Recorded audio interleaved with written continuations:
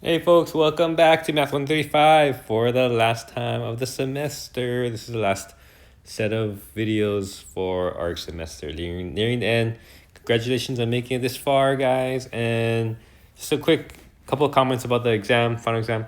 It's gonna have all 3 chapters, but with a little more emphasis on chapter 3, proportionally anyway, because chapter 3 is only like 4 sections, right? But we're gonna cover pretty much every question type from chapter 3. Whereas chapters 1 and 2, we're going to just pick and choose. But it will be cumulative. And then the final exam is going to be 2 hours long, similar format to the previous exams. All right, typical things. You guys can read this stuff later for yourself. Oh, one small comment though. Wolfram Alpha, recommend trying to use that for checking your work, for solving over ChatGPT. Because ChatGPT, I know, sometimes makes mistakes. But Wolfram Alpha, I think, is more reliable. Okay, let's get into it, guys. We're going to break this thing up into, the typical chunks, 15, 20 minutes each or so. Sometimes maybe a little more, sometimes less, but something like that. Okay, here we go. Chapter 1 first. Number 2, always show your work. Let's take these first 4 questions and pop them out to our scratch paper.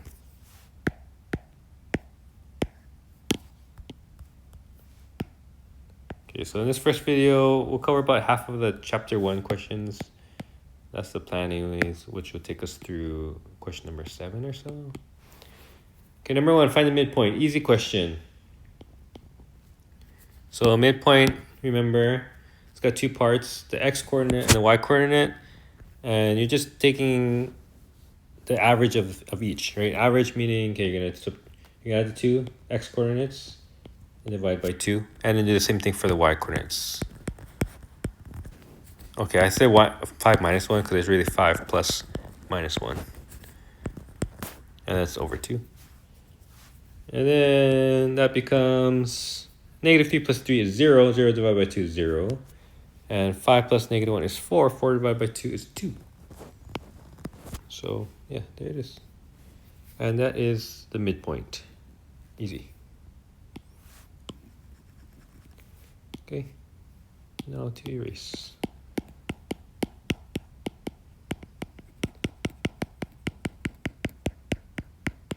Okay.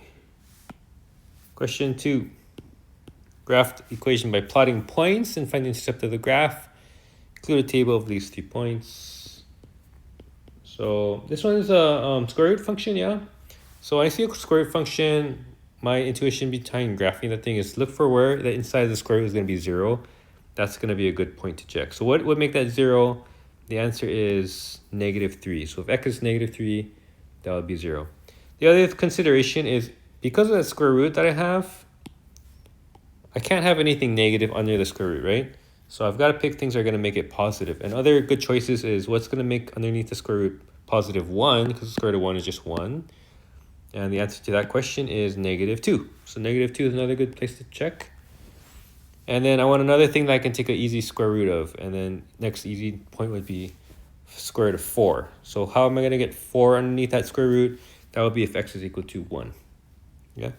And then you just evaluate each of those points. So if x is negative 3, that's going to be 0 under there.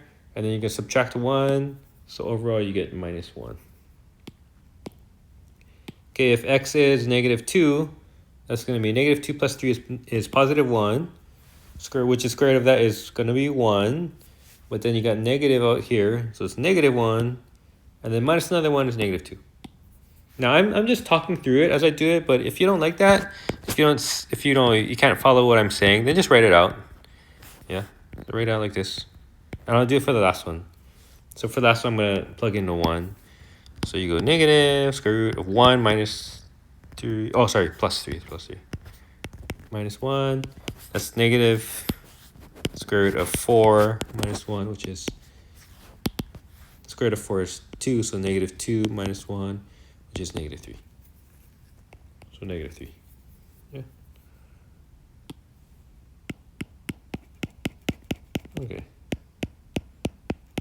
Okay, so square root of 4 is 2. Yeah, okay. So now we're going to graph this thing. So plot the points that I got so far. And we know the general shape of square root, right? If I plot the original square root function, it looks something like this at the origin. But this is a square root function that's reflected, and then it's also shifted to the left by 3 and down by 1. So let's check, just plot our points. -3, -1 is 1, 2, 3 here. Right there. And then -2, -2, -2, -2. Right there. And then 1, 3. 1, -3, sorry. Is right there. Oops, wrong color. Okay, yeah. So now I connect the dots. And just kind of like what we were saying, right? It's, oops, that was crooked. Kind of like what we were saying, it has that same kind of shape. Original shape was like this, but it's reflected, right? And then shifted to the left and then down. So that's what you end up with. Okay, I cannot draw. But something like that, yeah? Okay, so that was number 2. 2 down.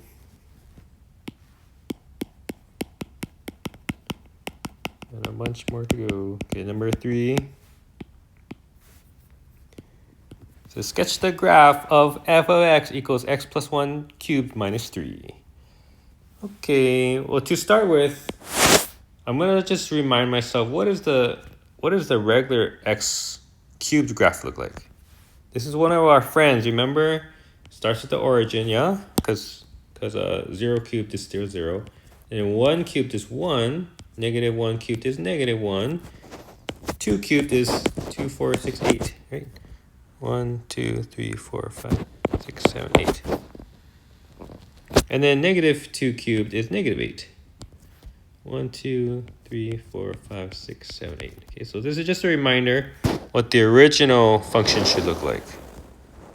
Oh, I'm sorry, I missed that point. It should be over here. Okay, so the thing look like that. Okay, so then let's look at our function. What happens? What's the change? It's got a +1 inside before the cubing happens, right? So that's a shift to the left by 1, and then it's got a -3. So that's a shift down by 3. So this is a case where I can actually just pick this guy up, shift it to the shift it to the left by 1, and then down by 1, 2, 3. And that's where I should end up with. Except I don't actually like to do it that way because it doesn't look nice. So let's just redo our points. So our original point started off right in the center, right? But shifting that to the left by 1, down by 3. Left 1, 1, 2, 3, right there. And that's actually the only changes. So everything else should be the same relative to that starting position. So I'll go right 1, up 1, left 1, down 1. And I go right 2, up 8. So here, 1, 2, 3, 4, 5, 6, 7, 8. Should be right there.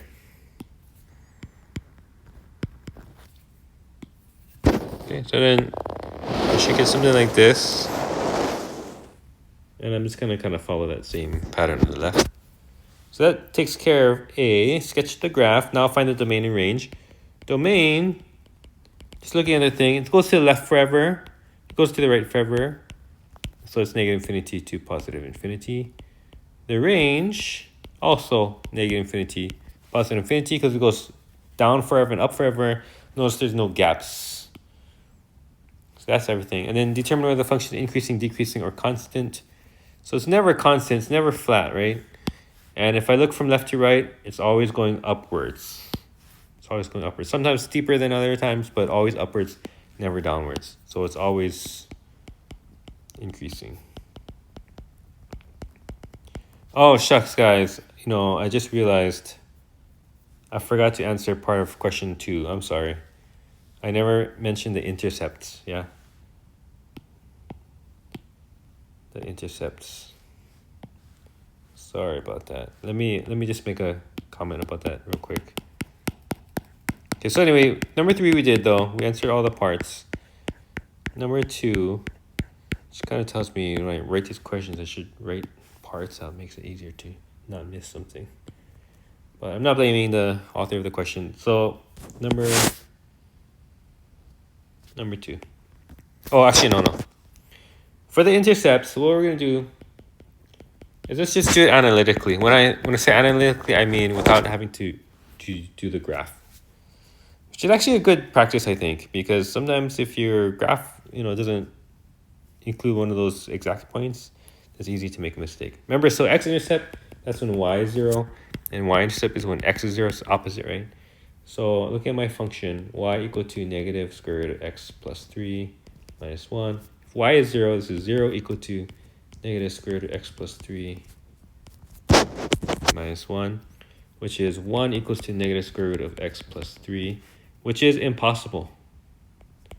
Impossible, because inside the square root, it's got to be positive, right? And I'm going to change it to negative. So there's no way that this happens. So no solution. What that means is there's no x-intercept. And if I think back to my graph was like -1 down 3 right here, right? And then it was that way. So it never crosses the x-axis. So that actually matches with what I knew about the graph. Okay, now for the y-intercept, so when x equal to 0, so I've got y equal to negative square root of 0 plus 3 minus 1, which is negative square root of 3 plus, minus 1. And that is a number. If you could put into approximation, decimal approximation, if you want to. And then finally, when you write your y-intercept, though, you should write it as a point, right? So the point would be x is 0, y-intercept is negative root 3 minus 1. You can punch it into a calculator if you want a decimal approximation, but the question never asked for it, so we'll just leave it as the exact answer. All right, so sorry to do things a little out of order, guys. That was number 2. I forgot to write the intercepts, so we rectified that mistake just now. So a good reminder, to us when we're doing the exam, make sure you double check that you didn't miss part of the question. Make sure you read the question and you actually end up answering it. Okay, number 4, letter A, right? X squared plus y squared minus 2x plus 4y minus 4 equal to 0 in standard form. Standard form means, if you're looking at this thing, I've got x squared, y squared, x and y terms. This looks like a circle. It's the equation for a circle. But now I just want to convert it to the typical form where you got the radius on the right, and the left should be x plus h squared, x plus y squared. Actually, x minus h squared plus y minus k squared, where hk is the center. So that just means I should complete the square. Yeah. So I'm going to rearrange this guy slightly. So x squared minus 2x. I'm going to leave a blank here because I'm going to add something. And then I'm going to do the same thing for the y. So plus y squared plus 4y. Then leave a blank here.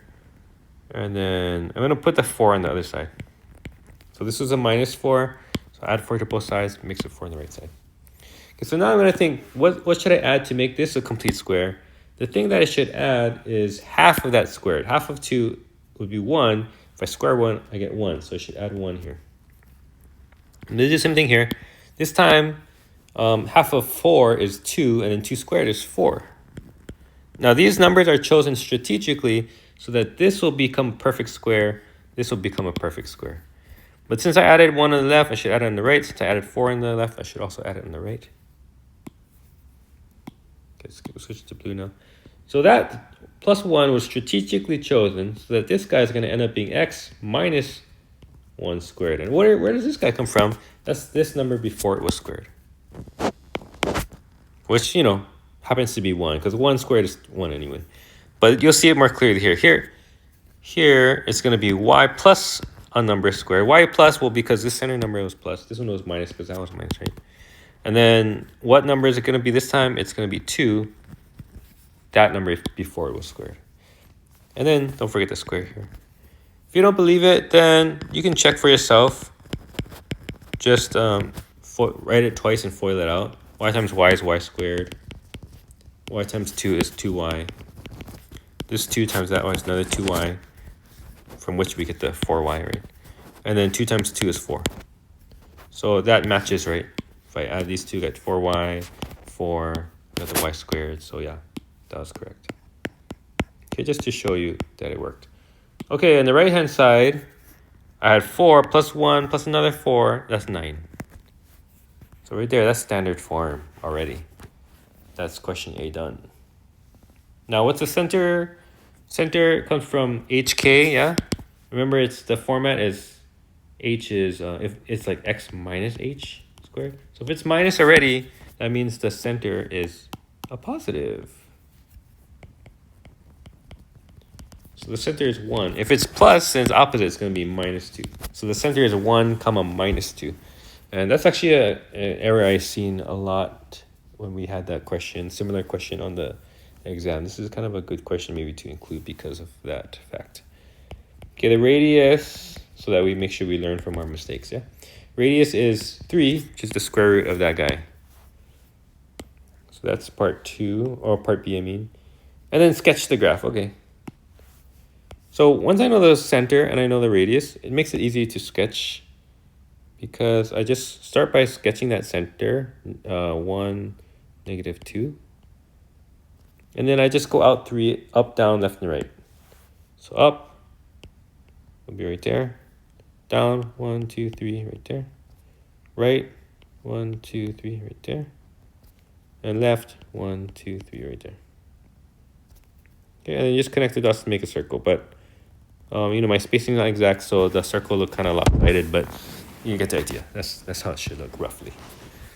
Okay, let's move on, guys. That's the first 4. I have 14 questions from chapter 1, so let's try to do 3 more to round out this first video.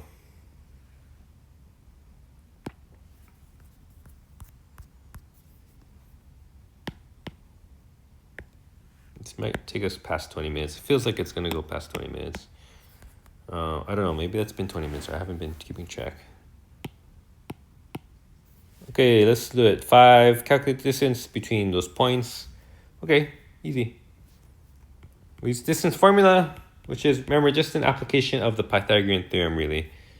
You take the difference between the x values, negative 3, minus 3, and you square it.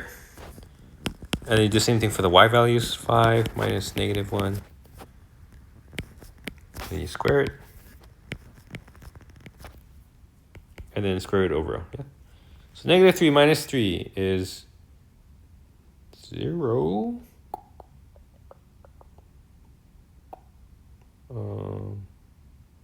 Wait, is that right? Negative 3 minus 3. It should be the distance between those two, which should actually be 6. So what did I do wrong? Negative 3 minus 3. Oh, I'm sorry. I cannot add. Negative 3 minus 3 is negative 6. What am I talking about? Squared. And then 5 minus negative 1 is 6 also, and then squared.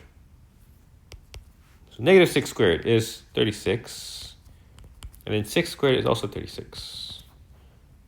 So I got the square root of 36 plus 36, which is the square root of 72.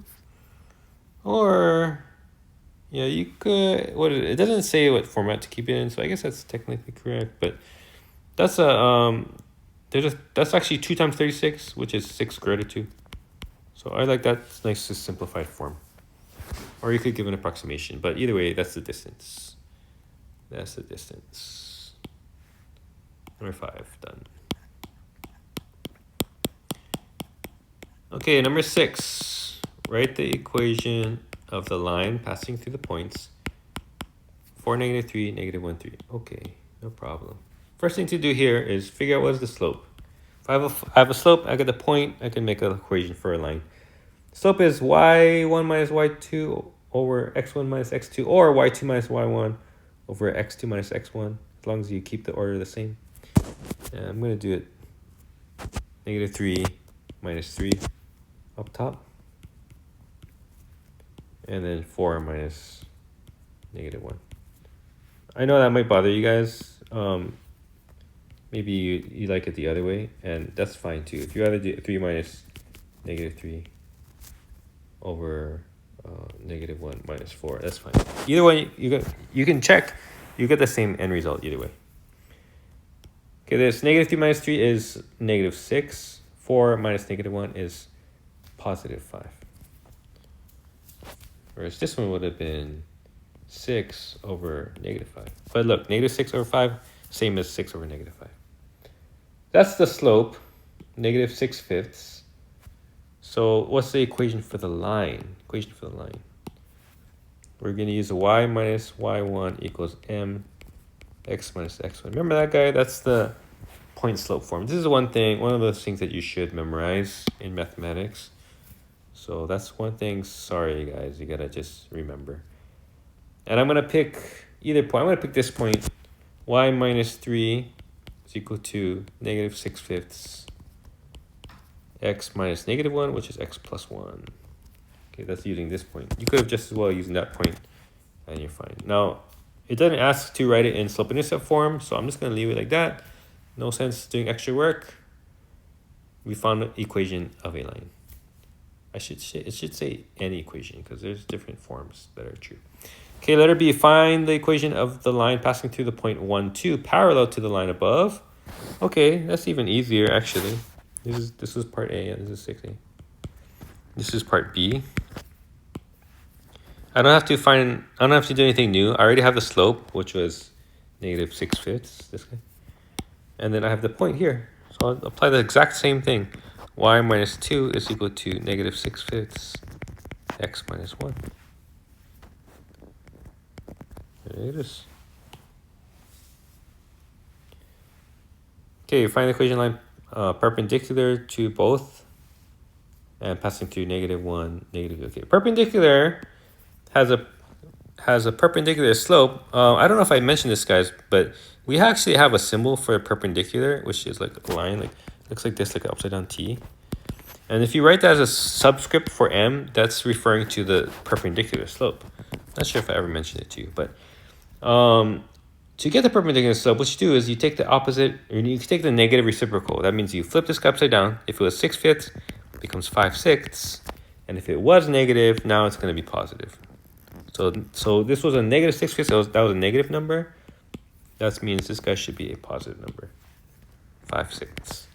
Now I wanted to pass through -1, -2, so I'm going to do the same thing. Y plus 2 is equal to 5/6 x plus 1. Okay, that's going to pass through that point and be perpendicular. Now sketch all 3 lines. Okay, so let me move down here for a minute. Let me just box the equations here. There, and there, yeah? Okay, so let's sketch all 3 lines. And we'll do red, white, and red, blue, and green. So first one, we'll do this one. The point is -1, comma, 3. Yeah, -1, 3. So -1, comma, 1, 2, 3. That's your starting position. And it's got a slope of -6/5. So 1, 2, 3, 4, 5, 6, and then 5 over. 1, 2, 3, 4, 5. Right here. Let me connect those dots. Okay, that's the first line. Slightly off, but because I missed this dot, but that's a picture. Okay, second line. This one we'll do in blue. The point is x minus 1, so that means it's 1, and then this is y minus 2, so that means it's 2, so 1, 2 is the point I'm starting at. And same slope, so down 1, 2, 3, 4, 5, 6, and over 5, 1, 2, 3, 4, 5. So that's being right here, which makes sense because if I connect those 2 dots, see how it looks parallel? Okay, I know it's slightly off, but yeah, that's basically it. Yeah, it looks parallel. Okay, and then now last one in green. This guy in green. So the point there was -1, -2. So -1, -2 right here. Slope this time is 5, 6. So up 5, 1, 2, 3, 4, 5. That's over here, that height. Over by 6. 1, 2, 3, 4, 5, 6. Right there. Okay, connect those dots. And ooh, hoo, hoo, hoo, hoo. Look at that. Look at that. Doesn't that look nice and square? Beautiful. So there you go. Sketched all 3. Okay. Let's erase it now. Actually, I must do that. Let's erase this part. Okay, one more to round out this first video. And I just feel it. It's been going long, but yeah, it is what it is. Because we got a lot to cover, so these videos might just end up being long. If it gets to be too much at any point, guys, just always take advantage of the pause button and go grab yourself one coffee or whatever. Okay, number 7. Graph the relation x equal to y squared plus 1.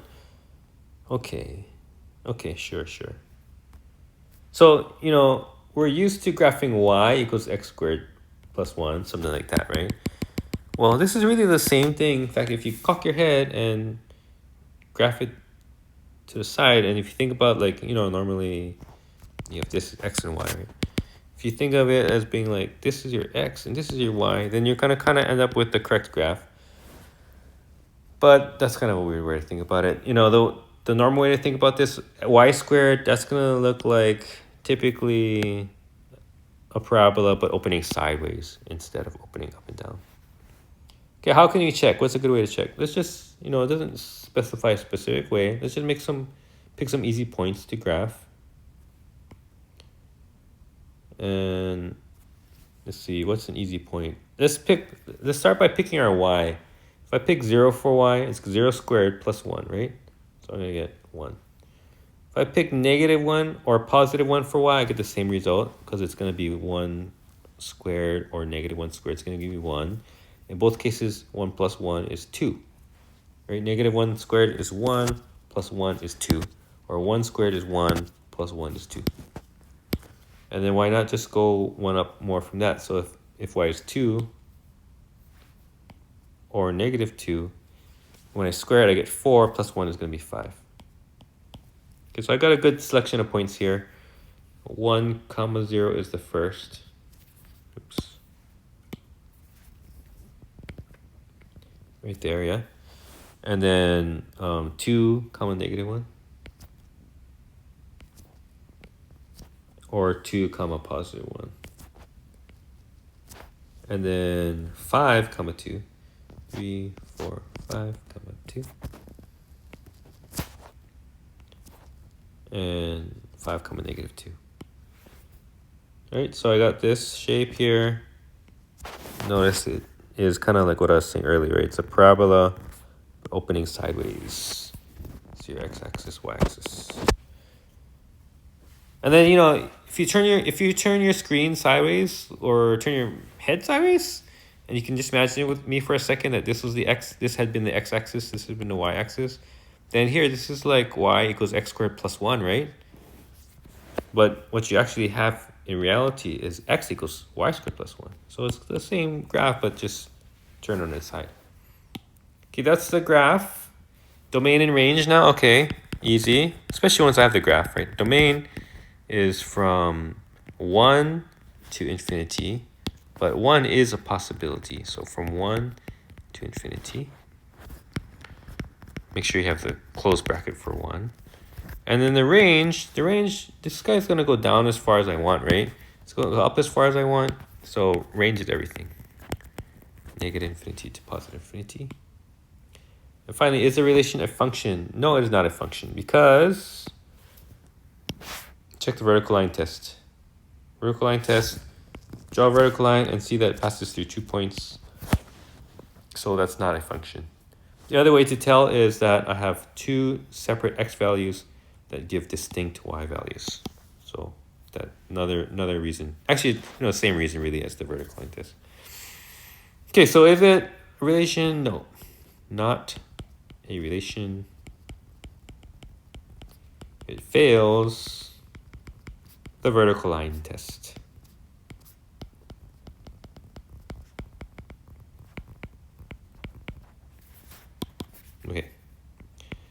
All right, guys, that's the first half of chapter 1. I'll see you in the next video.